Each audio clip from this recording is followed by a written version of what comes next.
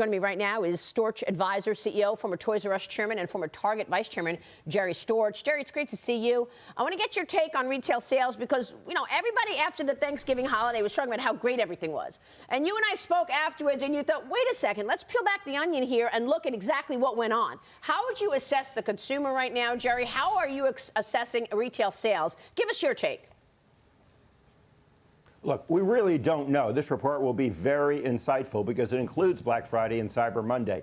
We know internet sales were up, but we don't have an idea what happened in bricks and mortar stores. I know it was a lot slower than it was on the internet, so this report will put it all together and we'll get a good view. There are still 11 shopping days until Christmas, by the way, so that's not the whole holiday season, what happened in November, but it's great insight. My own view is that things have been slow all year. They'll probably stay slow. We heard yesterday that inflation was up 3.1%. Will retail sales be up at least 3.1%?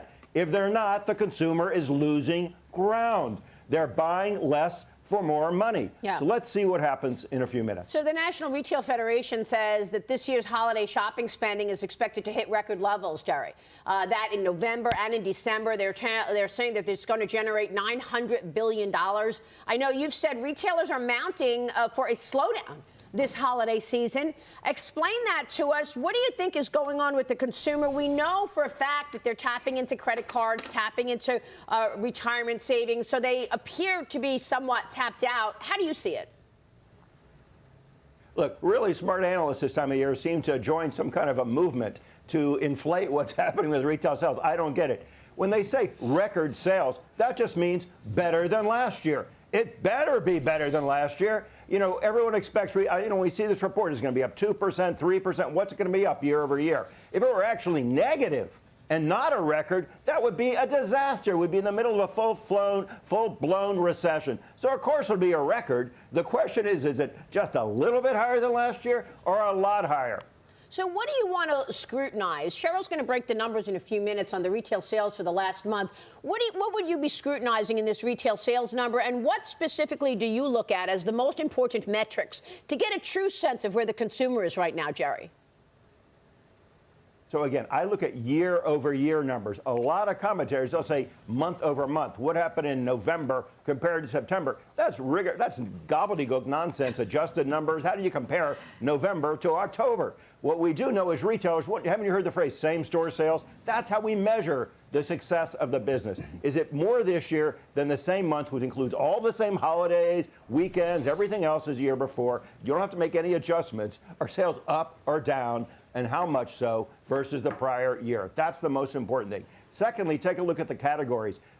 In the October report, we saw big decreases in things like home furnishings or building materials, which are highly affected by levels of interest rates. Of course, big increases in food, but you almost want to, when food, both at home and away from home, by the way, but the biggest increases in dining out, you need to take that out of the number to look at true holiday spending. We know people after the pandemic have gone out and are eating more, taking cruises, et cetera, but those aren't really purchases of things that drive the economy and that drive retailers. So you need to take that out. We know that'll be up. And then finally, I'd look at department stores versus the internet. That's been a terrible trade where the internet's been growing fantastic and department stores have been shrinking. Last month over 4%, by the way, year over year. So I look heavily at those. Yeah, I mean, we had the CEO of Five Below on the other day, and, you know, he's largely brick and mortar. So, you know, he said that people are trading down to try to get the best prices possible in this inflationary environment.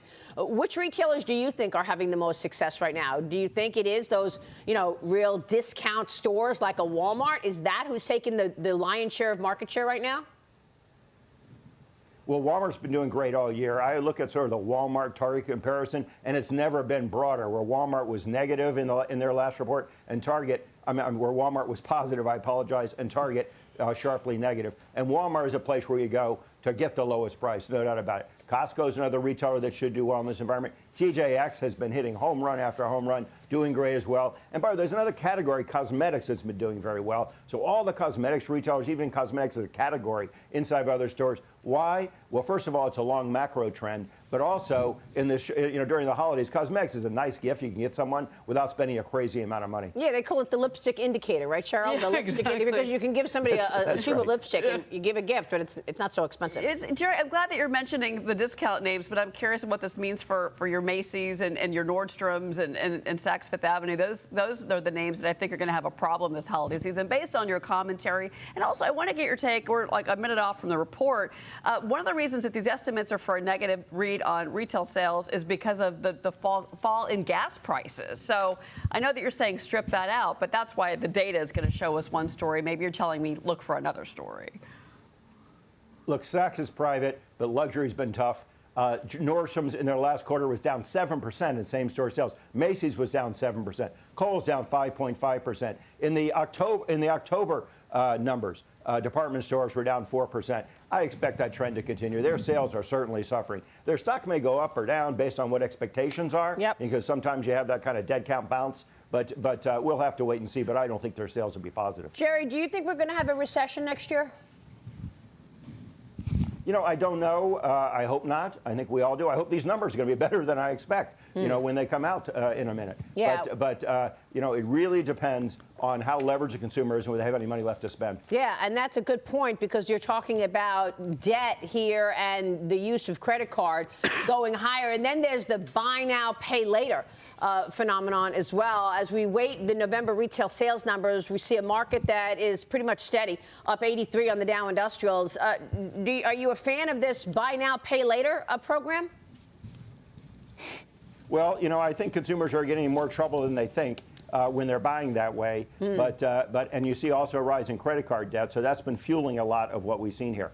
Okay, Cheryl, you've got the numbers. Yeah, so let's go through this. So the month over month, look, we were looking for a decline, as I just mentioned to Jerry, for that month over month number, down 0.1%. It actually came on the upside to 0.3%, up 0.3%. And then if you take out autos, we also saw something, and it actually went up. The expectation was down 0.1%. It actually went up 0.2% as well.